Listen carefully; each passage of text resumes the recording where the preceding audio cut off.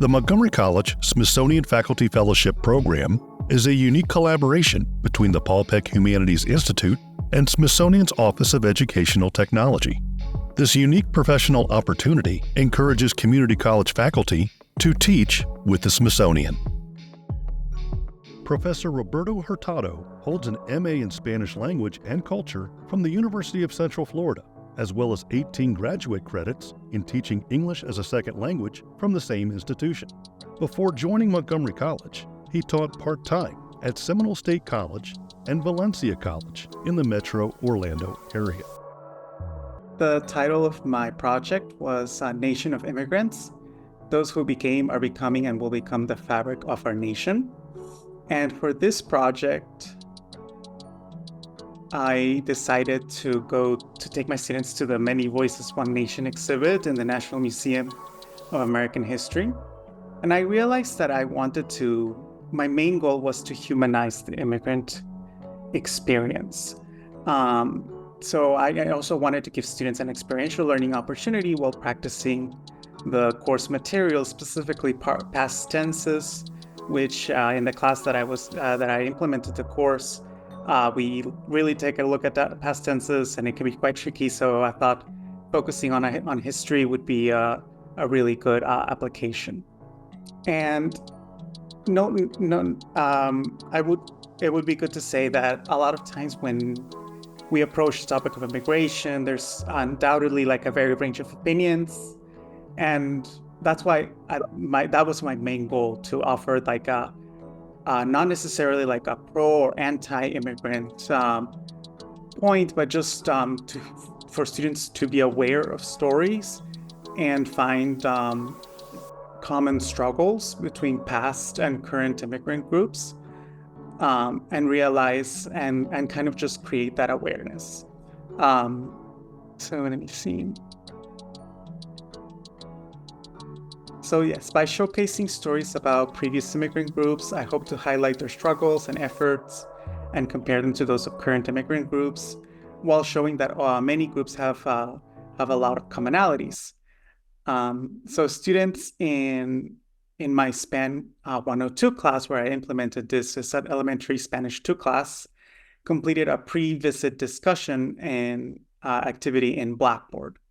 And they were asked to watch a video analysis as well as look at some statistics about current immigrant groups, specifically current asylum seekers in the United States. And after watching the video, they had to perform a KWL activity, which is what did you know about the topic, what did you learn, and what do you still wonder after watching the video and looking through the articles. And then after that activity, like a couple of weeks after, we visited the Many Voices, One Nation exhibit in the museum. I had a relatively small class, so I did go with 4 students, but then students had like a time range of about 2 weeks to go on their own as well.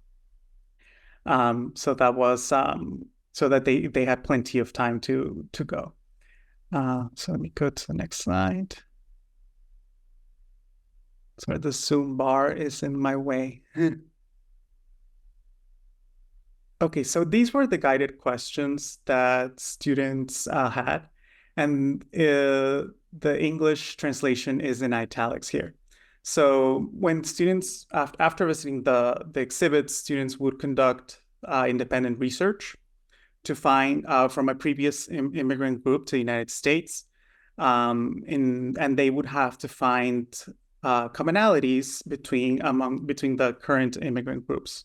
And it could be like from a specific country, or could it be like a specific type of immigrant? It could be like someone that comes here for work, for like a student visa rather, or somebody, or like a work visa, or somebody that is seeking asylum. So these were the 3 guided questions. So how was the political and economic situation in the country or countries where the immigrants came from? And what problems did they have in their countries? Why did they come to the United States, and also how did they come? And then what difficulties and or successes did they have in their new home, so in the United States? So the logistics, I decided on a Sunday afternoon after hearing from many past fellows and that was a good time because of the metro being more affordable, and also after religious services, and it did work as I was able to meet like half my class there. Um, I created a group me chat group in case students got lost or if they were late.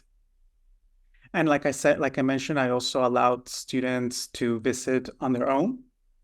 Um, and for students to submit feedback, as well as students that visit on their own, I asked them to take a picture of themselves, either at the museum, like at the entrance, or next to an item that they found interesting, next to an object that they found interesting. So I used Microsoft Forms so that students could upload those pictures as well as submit feedback and quotes. And since this was a DL class, I gave students several options for screen recording because I wanted them to create their presentation, a slide presentation, and I wanted them to record their camera as well.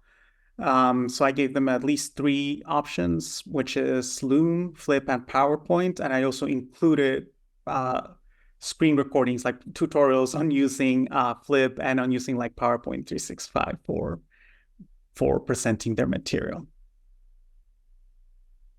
And there's just a couple pictures of my students. So here are the students that I went with. And then here's a student that went on her own. And I was very pleased with the results of both the strong research skills that my students showed, as well as like using the target language, because the presentation was in Spanish, and the digital skills as well. I did have a couple of students that had a couple problems, like how do I do a screen recording? And I guided them to my tutorials because I was like, it's there, like there you have a couple options to do a screen recording. But in the end, everybody, nobody really had any difficulties submitting their videos. And that is it for me. Oh, no, sorry, I have quotes. Yeah, I have a couple quotes that I have from students here. So these are anonymous, and I'm not going to read them, but I'm just going to leave them here for a bit.